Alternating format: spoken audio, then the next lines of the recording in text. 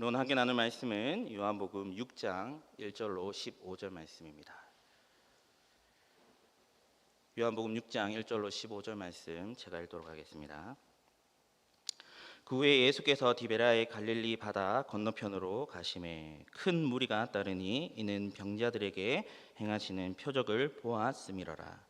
예수께서 산에 오르사 제자들과 함께 거기 앉으시니 마침 유대인의 명절인 유월절이 가까운지라. 예수께서 눈을 들어 큰 무리가 자기에게 오는 것을 보시고 빌립에게 이르시되 우리가 어디서 떡을 사서 이 사람들을 먹이겠느냐 하시니, 이렇게 말씀하심은 친히 어떻게 하실지를 아시고 빌립을 시험하고자 하심이라. 빌립이 대답하되 각 사람은 조금씩 받게 할지라도 200데나리온의 떡이 부족하리이다. 제자 중 하나 곧 시몬 베드로의 형제 안드레가 예수께 여짜오되 여기 한 아이가 있어 보리떡 5개와 물고기 2마리를 가지고 있나이다. 그러나 이것이 이 많은 사람들에게 얼마나 되겠사옵나이까.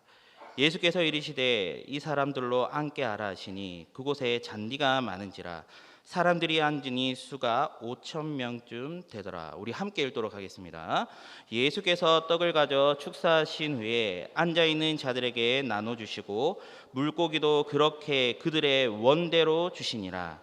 그들이 배부른 후에 예수께서 제자들에게 이르시되 남은 조각을 거두고 버리는 것이 없게 하라 하시므로 이에 거두니 보리떡 5개로 먹고 남은 조각이 12바구니에 차더라. 그 사람들이 예수께서 행하신 이 표적을 보고 말하되 이는 참으로 세상에 오실 그 선지자라 하더라. 그러므로 예수께서 그들이 와서 자기를 억지로 붙들어 임금으로 삼으려는 줄 아시고 다시 혼자 산으로 떠나가시니라. 아멘. 반갑습니다. 앞에서 광고를 드렸다시피 현재 담임 목사님께서는 칼렛 정제 포럼차 노르웨이에 출타 중에 계십니다. 그래서 제가 말씀을 전하게 되었는데요. 사실 이렇게 많은 성도님들 앞에서 말씀을 전하는 것이 사실 사역자가 된 후로는 찬양 인도는 해보았지만 말씀을 전하는 것은 처음인 것 같습니다. 참 두렵고 떨리는 마음으로 이 자리에 서게 되었는데요. 부탁드리고 싶은 것은 여러분 사람을 보지 마시고 부족한 종을 통해 말씀하시는 하나님의 음성에 귀 기울일 수 있는 이 시간 될 수 있기를 간절히 소망합니다. 감사합니다. 그럼 말씀을 함께 살펴보도록 하겠습니다. 오늘 제가 여러분과 나누고 싶은 말씀은 오병이어의 말씀입니다. 너무나 유명하고 또한 기독교를 믿는 성도라면 이 말씀을 한 번만 들은 성도님들은 없을 것입니다. 그만큼 유명한 말씀이죠. 그런데 이 오병이어 말씀이 중요한 이유가 우리가 많이 들어서 중요한 것이 아닙니다. 이 사건이 중요한 이유는 이 말씀이, 이 오병이어의 사건이 사복음서라 말하는 마태, 마가, 누가, 요한복음에 모두 기록되어 있다는 것이죠. 그리고 사복음서는 아시다시피 저자가 각각 다릅니다. 저자가 달라요. 그런데 이 사건을 똑같이 담고 있다.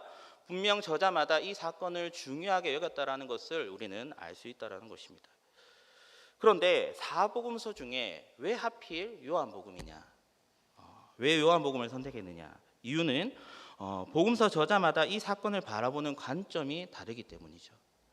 예를 들어 우리가 동물원에 갔습니다. 그리고 사람들이 코끼리를 보죠. 사람들이 코끼리를 봅니다. 그리고 사람들에게 묻습니다. 이 코끼리에 대해서 설명해보라. 그럼 어떻습니까?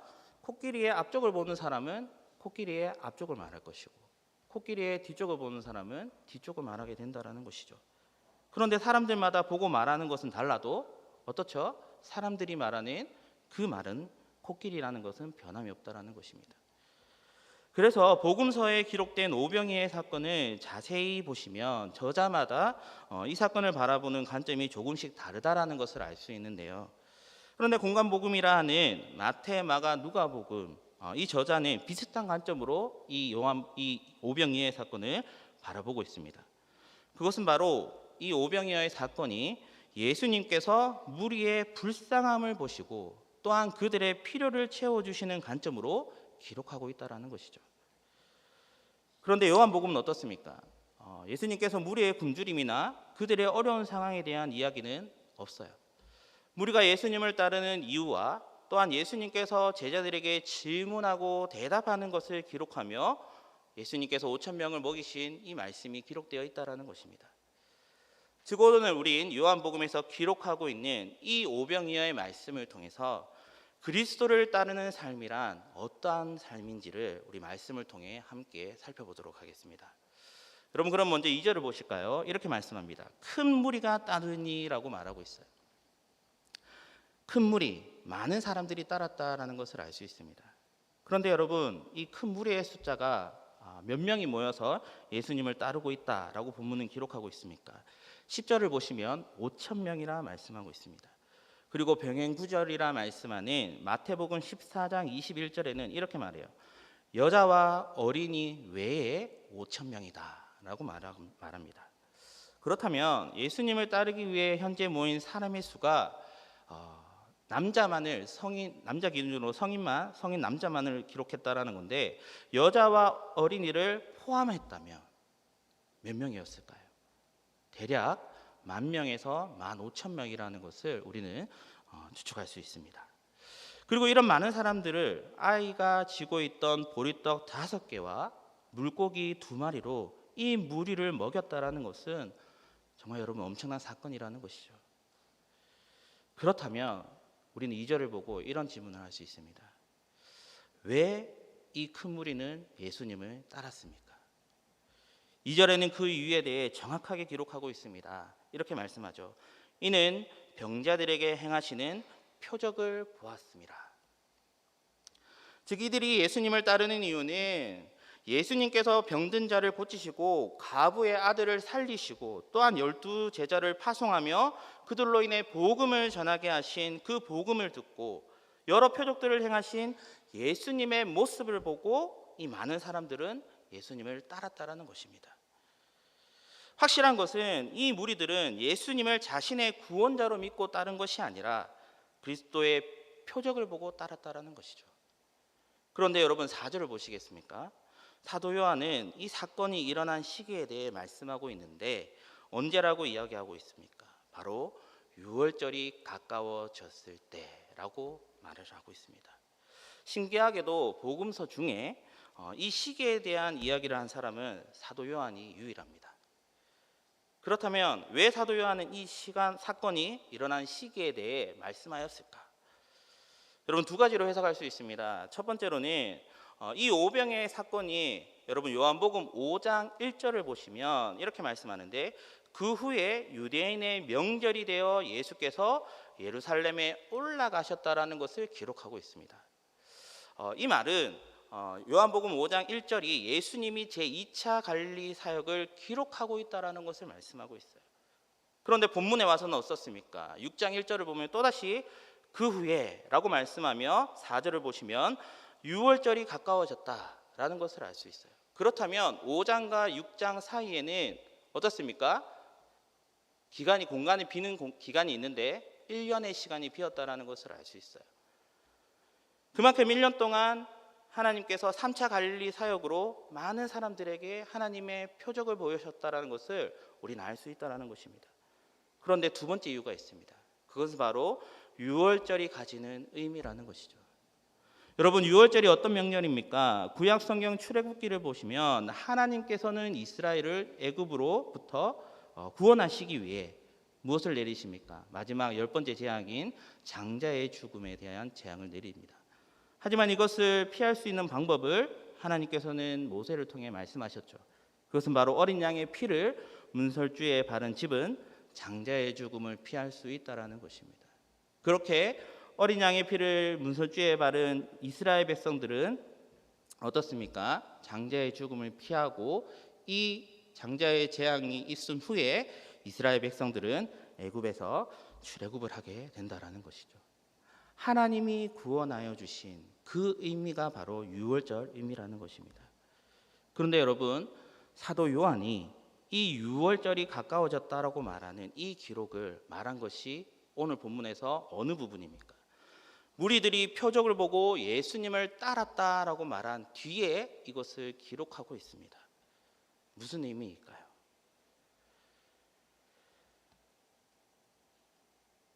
사도 요한의 이 말을 통해 우리가 생각하고 우리가 알 수 있는 것, 그것은 바로 성도인 우리가, 그리스도인이라 고백하는 우리가 예수님을 따르는 이유가 무엇이냐라는 것입니다. 여러분, 우리는 왜 예수님을 따릅니까? 예수님의 능력 때문입니까? 아니면 예수님이 나의 구원자가 되시기 때문입니까? 우리가 예수님을 따르는 이유가 이 두 가지 중에 무엇인지에 따라 우리는 예수님을 끝까지 따를 것이냐 따르지 않을 것이냐, 그런 결정이 내어진다는 것이죠. 여러분, 만약 우리가 예수님을 따르는 이유가 표적 때문이라면, 하나님의 능력 때문이라면, 그 표적과 능력이 멈추게 될 때 우리는 어떻게 될까요? 예수님을 따를 이유가 없어지게 됩니다. 그래서 말씀을 보시면 오병이어를 경험했던 무리들이 15절을 보시면 예수님을 자신들의 임금으로 삼으려고 한다는 것을 알 수 있습니다. 그런데 여러분, 우리가 잘 아시다시피 복음서를 끝까지 읽어보면 예수님께서 십자가를 지기 위해 골고다 언덕에 오르시는 그 길을 보시면 어떻습니까? 예수님을 조롱하고 침을 뱉은 사람들이 누구입니까? 바로 예수님을 왕으로 삼으려 했던 사람들이었다라는 것이죠. 즉, 표적을 보며 따른 자는 그 표적이 멈출 때 예수님을 따르는 것도 멈추게 된다라는 것입니다. 하지만 구원자 대신 예수님을 따르는 자들은 어떻습니까? 우리가 구원을 받을 때까지, 우리가 하나님 나라에 들어갈 때까지 예수님을 따르게 된다라는 것이죠. 그것도 죽을 수밖에 없는 저와 여러분들을 아무런 대가 없이 사랑해 주신 예수님의 사랑에 우리는 감사하며, 우리는 유대인들이 해마다 유월절을 지키듯이 우리는 또한 우리를 구원하여 주신 예수님께 감사하며 그분의 뜻을 따라 우리가 살아가게 된다는 것입니다. 그러니 우리는 왜 예수님을 따르는 것인가에 대한 답을 저에게 하는 것이 아니라 하나님 앞에 정직하게 할 수 있어야 할 것입니다. 그리고 우리의 대답이 예수님의 능력 때문에 그분을 따르는 것이 아니라 나의 구원자 되신 예수님을 따르는 것이라 믿음으로 고백할 수 있는 저와 여러분 될 수 있기를 간절히 소망합니다. 그리고 5절을 보십시오. 예수님께서는 빌립에게 질문을 하시죠. 어떻게 질문하나요? 이렇게 말씀합니다. 우리가 어디서 떡을 사서 이 사람들을 먹이겠느냐라고 질문하고 있습니다. 여기서 중요하게 살펴볼 것은, 여러분, 예수님의 질문에는 어떻게 무리를 먹일지에 대한 방법만을 질문한 것이 아닙니다. 두 가지를 질문하셨죠. 장소 또한 질문하셨습니다. 어디서 떡을 사서 이 사람들을 먹이겠느냐. 즉, 장소와 방법에 대해 빌립에게 질문했다라는 것이죠. 그런데 여러분, 이 장소에 대한 부분을 조금 기억하실 필요가 있습니다. 이것을 기억하시고 계속해서 말씀을 살펴볼 건데, 이제 그 질문을 받은 빌립이 어떻게 대답을 하죠? 우리 6절인데요. 함께 읽도록 하겠습니다. 함께 읽겠습니다. 죄송합니다. 이렇게 질문하신 이유입니다. 대답이 아니라 질문하신 이유죠. 함께 읽겠습니다. 이렇게 말씀하심은 친히 어떻게 하실지를 아시고 빌립을 시험하고자 하심이라. 여러분, 예수님께서 빌립에게 질문하신 것은 시험하기 위해서예요. 시험하기 위해서라는 것이죠. 그런데 예수님이 빌립을 시험하신 이유가 무엇입니까? 빌립을 당황하게 하고 또한 답을 못하게 함으로 빌립의 믿음 없음을 제자들과 사람에게 보여주어 그를 부끄럽게 하기 위해서였습니까? 아닙니다. 사도 요한은 분명하게 기록하고 있어요. 예수님이 빌립을 시험하신 것은 친히 어떻게 하실지를 아시고 시험했다라는 것입니다. 이것은 예수님께서 빌립이 믿음이 없이 말할 것을 아시고 질문했다라는 것이 아닙니다. 이 부분은 제대로 이해하기 위해서는 우리는 세번역 성경을 읽으면 이 부분에 대해 더 쉽게 이해할 수 있는데요. 우리 세번역 성경을 준비했는데 우리 함께 읽어보도록 하겠습니다. 함께 읽겠습니다. 예수께서는 빌립을 시험해 보시고자 이렇게 말씀하신 것이었다. 예수께서는 자기가 하실 일을 잘 알고 계셨던 것이다. 여러분, 세번역 성경에는 예수님께서 빌립을 시험하신 이유를 정확하게 기록하고 있고 이해할 수 있도록 기록하였습니다. 예수님은 이미 큰 무리를 어떻게 먹이실지를 정해 놓으시고 계획하시고 빌립에게 질문을 했다라는 것이죠. 여러분, 여기서 우리는 중요한 사실을 발견할 수 있습니다. 그것은 바로 예수님께서 제자들을 시험하신 이유는 제자들의 믿음이 있는가 없는가를 보기 위해서가 아니라 주님의 계획과 뜻을 깨우치고 알게 하기 위함이라는 것입니다. 즉 예수님의 시험은 제자들의 믿음을 더욱 성장하도록 하기 위한 그런 의미가 있다라는 사실을 우리는 기억해야 한다는 것이죠. 그런데 이제 질문을 받는 빌립이 예수님께 어떻게 대답을 합니까? 7절입니다. 제가 읽겠습니다. 빌립이 대답하되 각 사람으로 조금씩 받게 할지라도 200데나리온의 떡이 부족하리이다 라고 고백합니다. 빌립은 이 큰 무리를 먹이는데 200데나리온이 필요한데 이것도 부족할 수 있다라고 이야기하고 있죠. 이것을 보면 예수님의 의도와 전혀 다른 대답을 하고 있다는 것을 알 수 있어요. 그리고 여러분, 빌립이 말한 200데나리온의 이 돈, 그 가치가 얼마나 됩니까? 남자 성인 기준으로 200일을 벌어야 하는 돈이라는 것을 우리는 알 수 있어요. 그런데 이 돈을 우리나라 돈으로 계산해 보면 대략 한 끼 먹는데 1,800만 원에서 2,000만 원 정도 든다라는 것을 알 수 있습니다. 그런데 이것도 부족하다는 것이죠. 그런데 여러분 보십시오. 빌립은 예수님의 질문에 어떻게 대답했죠? 보이지 않는 것에 대한 관점을 두고 불가능하다, 계산적인 모습으로 이야기하고 있다는 것이에요. 그런데 9절을 보십시오. 베드로의 형제 안드레는 이렇게 대답했다 말합니다. 자, 우리 9절을 함께 읽도록 하겠습니다. 함께 읽겠습니다. 여기 한 아이가 있어 보리떡 5개와 물고기 2마리를 가지고 있나이다. 그러나 그것이 이 많은 사람들에게 얼마나 되겠사옵나이까. 여러분, 질문 하나 하겠습니다. 안드레가 예수님께 이 아이가 가지고 있는 보리떡 5개와 물고기 2마리 하나님께서 이제 먹이실 것이라는 그 믿음을 가지고 나왔을까요? 아니면 믿음 없이 나왔을까요? 우리는 대개 끝까지 말씀을 적용하고 이제 해석하면 이 안드레에게는 이 작은 믿음이 있었다라는 것을 알 수 있습니다. 하지만 지금 이 순간 예수님께 한 아이의 보리떡 5개와 물고기 2마리를 가지고 오는 이 안드레에게는 그러한 믿음이 없었다라는 것이죠. 근데 중요한 것은 이겁니다. 빌립은 보이지 않는 그저 계산적인 모습으로 나아갔다면 안드레는 그나마 어떻습니까? 보이는, 그래도 이 보리떡 5개와 물고기 2마리로 예수님께서 어떻게 하실 수 있지 않을까라는 그러한 궁금증을 가지고 나아갔다라는 것이죠. 그런데 차이는 2가지입니다. 빌립은 보이지 않았다라는 것으로 계산적인 것이고 안드레는 보이는 것, 그 보리떡 5개와 물고기 2마리로 가져갔다라는 것인데 차이는 이거지만 공통점은 있습니다. 무엇입니까? 둘 다 불가능한 대답을 했다라는 것입니다. 어렵습니다. 이 문제를 해결하기가 참으로 어렵습니다 라고 대답했다라는 것이죠. 그런데 여러분, 이 2가지 불가능한 대답을 한 빌립과 안드레의 대답 가운데 하나님께서는 2가지 대답 중 하나를 채택하셔서 이 문제를 해결합니다. 누구의 대답을 채택하나요? 안드레의 대답이죠. 자, 그것을 어떻게 해결하시는지. 근데 여기서 우리가 알 수 있는 건 뭐냐면 둘 다 불가능한 것을 대답했다는 것을 통해 우리가 알아야 하는 것, 기억해야 하는 것, 인간에게는 한계가 있다는 것입니다. 그 문제와 시험에 있을 때 우리가 해결할 수 없는 문제와 시험이 닥쳤을 때 우리는 그 문제를 해결하는 한계가 있다는 것입니다. 우리가 해결하지 못하는 그런 시험이 있다는 것이죠.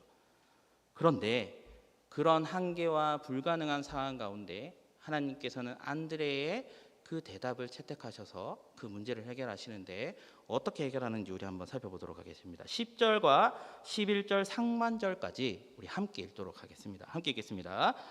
예수께서 이르시되 이 사람들로 앉게 하라 하시니 그곳에 잔디가 많은지라 사람들이 앉으니 수가 5,000명쯤 되었더라. 예수께서 떡을 가져 축사하신 후에 앉아 있는 자들에게 나눠주시고 물고기도 그렇게 그들의 원대로 주시니라. 그들이 배부른 후에. 제가 여러분 말씀을 읽으면서 강조한 점이 있죠. 언제였습니까?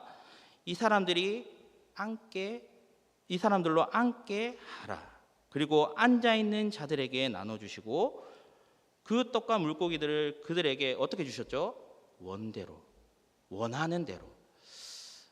이 사람은 좀 덜 먹을 것 같다라고 해서 적게 준 것도 아니고, 저와 같이 많이 먹을 것 같다고 해서 많이 준 것이 아니라 그 사람이 원하는 대로 주었다라는 겁니다. 그리고 그들이 어떻습니까? 배불렀다라는 것이죠. 여러분, 여기서 우리가 기억해야 될 것은 그겁니다. 제가 앞쪽에 장소 부분을 제가 기억하라고 말씀드렸지 않습니까? 그런데 여기 또한 예수님께서 장소적인 부분을 말씀하십니다. 지금 이 무리들이 누구와 함께 앉아 있습니까? 예수님과 함께 앉아 있다라는 것이죠. 이 말은 예수님께서 열어놓으신 이 만찬의 자리에 그들이 참여했다라는 것입니다. 함께 있었다라는 거예요. 장소적인 부분에 있어서는 예수님과 함께 있었다라는 것입니다. 그런데 우리가 잘 알고 있었다시피 불가능한 이 보리떡 5개와 또한 물고기 2마리를 예수님께서 축사하신 후에 그것을 오늘 사도 요한은 이제 병행 구절을 보시면 제자들에게 나눠 주었다 말하지만, 오늘 여러분 말씀을 보시면 이 음식을 누가 나눠 주었다라고 말하고 있습니까? 우리 11절을 잠깐 같이 제가 읽어 드릴게요. 한번 보십시오. 예수께서 떡을 가져 축사하신 후에 앉아 있는 자들에게 나눠 주시고. 자, 누가 주었죠? 예, 제자들이 아닙니다. 예수님이 나눠 주었다라는 것입니다. 자, 여러분, 앞에 질문했던 것, 어디서 사서 어떻게 먹을 것이냐, 이 대한 예수님이 질문하신 것에 대한 답을 예수님이 하고 있어요. 예수님과 함께 있는 이 자리에서, 하나님이 열어놓은 성만찬에서 하나님께서 나누어 주신 보리떡 5개와 물고기 2마리는 그 모여있는 5,000명이나 되는 사람들에게 원하는 만큼 먹고 배부를 만큼 먹여주셨다라는 것이죠. 여러분, 중요한 의미가 이 말씀 속에 담겨 있습니다. 무엇입니까? 우리는 예수 그리스도의 안에 있고 또한 그분과 함께 동행하는 삶을 살 때 하나님께서는 참 평안과 안식으로 우리에게 베풀어 주신다라는 것입니다. 그리고 주님의 일하심은 우리가 얼마나 많은 것을 가지고 있느냐 없느냐, 그것이 중요한 것이 아닙니다. 그분이 어떻게 일하시느냐, 내가 가지고 있는 이 작은 것을 통해 하나님께서 사용하신다면 그 모든 이 보잘것없고 작은 것이라 할지라도 주님이 사용하시면 어떻다라는 것입니까? 풍성한 은혜로 우리에게 채워주신다라는 사실을 우리는 기억해야 한다라는 것이죠. 그리고 여러분, 예수님께서는 제자들에게 또한 이런 명령을 하시죠. 12절 하반절을 보면 어떻게 합니까? 남은 조각을 거두고 버리는 것이 없게 하라. 여러분, 우리는 이미 이 말씀 속에서 남은 이제 음식의 양이 12바구니에 가득 찼다라는 것을 알기 때문에 이상하다 생각하지 않겠지만, 여러분, 이걸 모르는 상황에서 예수님께서 남은 음식을 거두라, 이 말씀이 여러분 좀 웃기지 않습니까? 어떻게 남은 음식이 있겠냐라는 생각하지 않겠어요? 그런데 여러분 어떻습니까? 진짜 남은 음식이 있었습니다. 그런데 그 남은 음식 얼마나 되었습니까? 13절에 이렇게 말씀하죠. 남은 음식을 거두고 보니 12바구니에 덜하가 아니라 찼더라입니다. 이것은 무엇입니까? 12바구니에 가득 찼다라는 것이죠. 그런데 또한 이런 의미가 있습니다. 음식이 줄었다라는 것입니까? 줄지 않았다라는 것입니까? 줄지 않았다라는 거예요. 줄지 않았어요. 5,000명이나, 우리가 정확하게는 10,000명이나 15,000명이나 되는 사람들이 그 한 아이가 가지고 있었던 보리떡 5개와 물고기 2마리, 이 어린이 한 끼 식사밖에 되지 않는 이 양을 통해 예수님께서는 축사하시고 자신들과 함께 앉아있는 자들에게 원하는 만큼 나누어 주니 그들이 배부르고 남은 그 양이 얼마라고요? 12바구니에 가득 찼더라. 줄지 않았더라입니다. 그런데 여러분, 우리는 또 이런 질문을 할 수 있어야 되겠죠. 이렇게 남은 음식을 거두라 한 것이 이렇게 예수님께서 자신의 능력을 자랑하거나 뽐내기 위해서였을까요? 절대 아니죠. 예수님께서는 절대 자신의 능력과 권능을 자랑하거나 뽐내시는 분이 아니었습니다. 그렇다면 왜 남은 음식을 거두라 했을까? 여러분, 우리가 요한복음 6장을 계속 읽다 보면 이런 말씀이 등장합니다. 생명의 떡에 대한 말씀이 등장해요. 생명의 떡에 대한 말씀. 그 중에서도 우리는 이 말씀을 우리 좀 함께 읽어봤으면 좋겠습니다. 요한복음 6장 35절 말씀인데요. 우리 요한복음 6장 35절 함께 읽도록 하겠습니다. 함께 읽겠습니다. 예수께서 이르시되 나는 생명의 떡이니 내게 오는 자는 결코 줄이지 아니할 터이요 나를 믿는 자는 영원히 목마르지 아니하리라. 아멘. 이것을 보여주시고 싶어 그 남은 음식을 거두라는 거예요. 음식이 아깝거나 내 능력이 이만큼이다 라고 뽐내는 것이 아니라 내가 나눠준 것은 너희가 함께 이 성만찬을 나누는 것, 이 떡은, 떡과 물고기는 어떠한 것이다? 생명의 떡이다. 내가 나눠주는 것은 생명의 떡이다. 그리고 그것을 받아 먹는 자는 누구라는 것입니까? 내게 오는 자는 결코 줄이지 아니할 터요 나를 믿는 자는 영원히 목마르지 않는다 라는 것을 그들에게, 제자들에게 깨우치고 가르쳐주고 싶어 하셨다라는 것이죠. 즉 오병이어의 이 표적을 행하시고 예수님께서 제자들에게 남은 음식을 거두라 하신 것은 우리가 예수님 안에 있고 또한 그분과 함께 동행할 때 우리는 어떻습니까? 결코 줄이지 아니하고 영원히 목마르지 않는 것을 깨닫기 위함이라는 것입니다. 그러니 예수님이 주시는 이 생명의 떡을 먹은 저와 여러분은 예수님 안에 있고 그분과 동행하는 삶을 살고 있기에 우리는 어떻죠? 우리의 삶은 어떻습니까?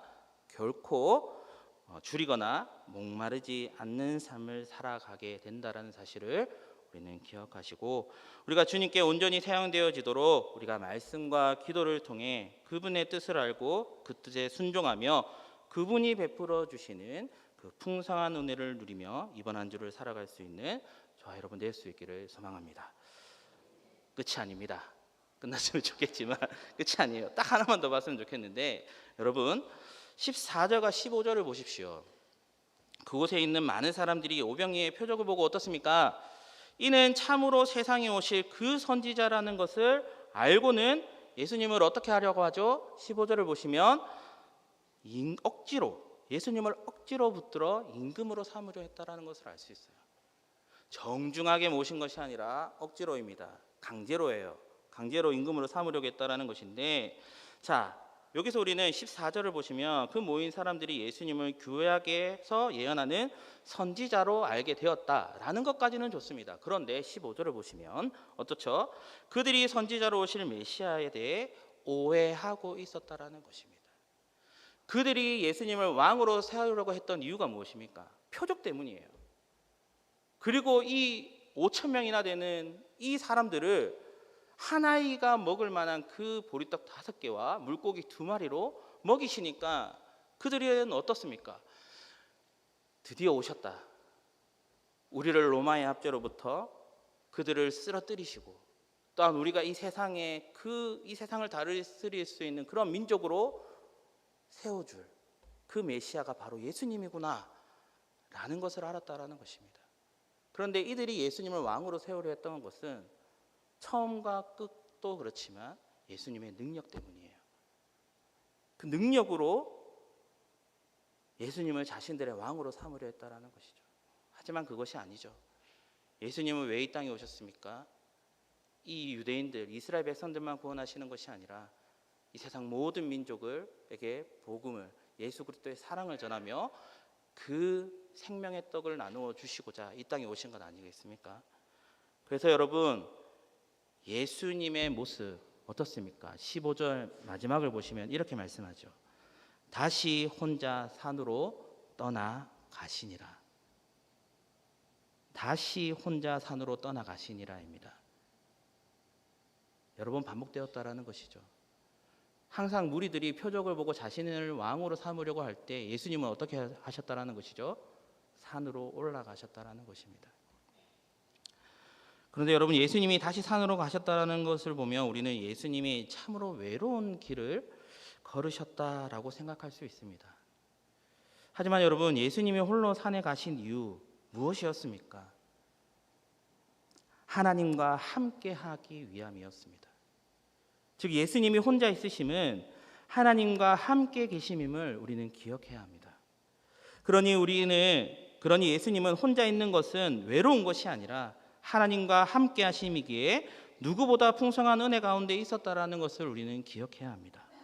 그러니 우리 또한 여러분 홀로 있는 시간, 그 시간에 하나님과 동행하며 또한 교제함으로 하나님이 주시는 풍성한 은혜를 누리며 이번 한 주를 세상의 그 모든 시험들과 어려움 앞에서도 믿음으로 걸어갈 수 있는 저와 여러분 모두가 될 수 있기를 간절히 소망합니다. 자리에서 일어나겠습니다. 사랑과 은혜가 풍성하신 하나님, 우리가 주님을 따르는 것이 주님의 능력 때문이 아니라 죽을 수밖에 없는 우리를 주의 자녀 삼아주시고 구원하여 주신 그 은혜에 감사하며 주의 뜻을 이루며 살아가게 하여 주옵소서.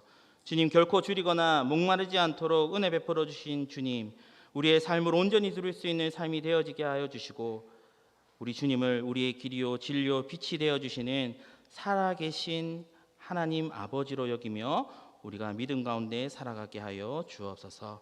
감사드리며 살아계신 주 예수 그리스도의 이름으로 기도드리옵나이다. 아멘.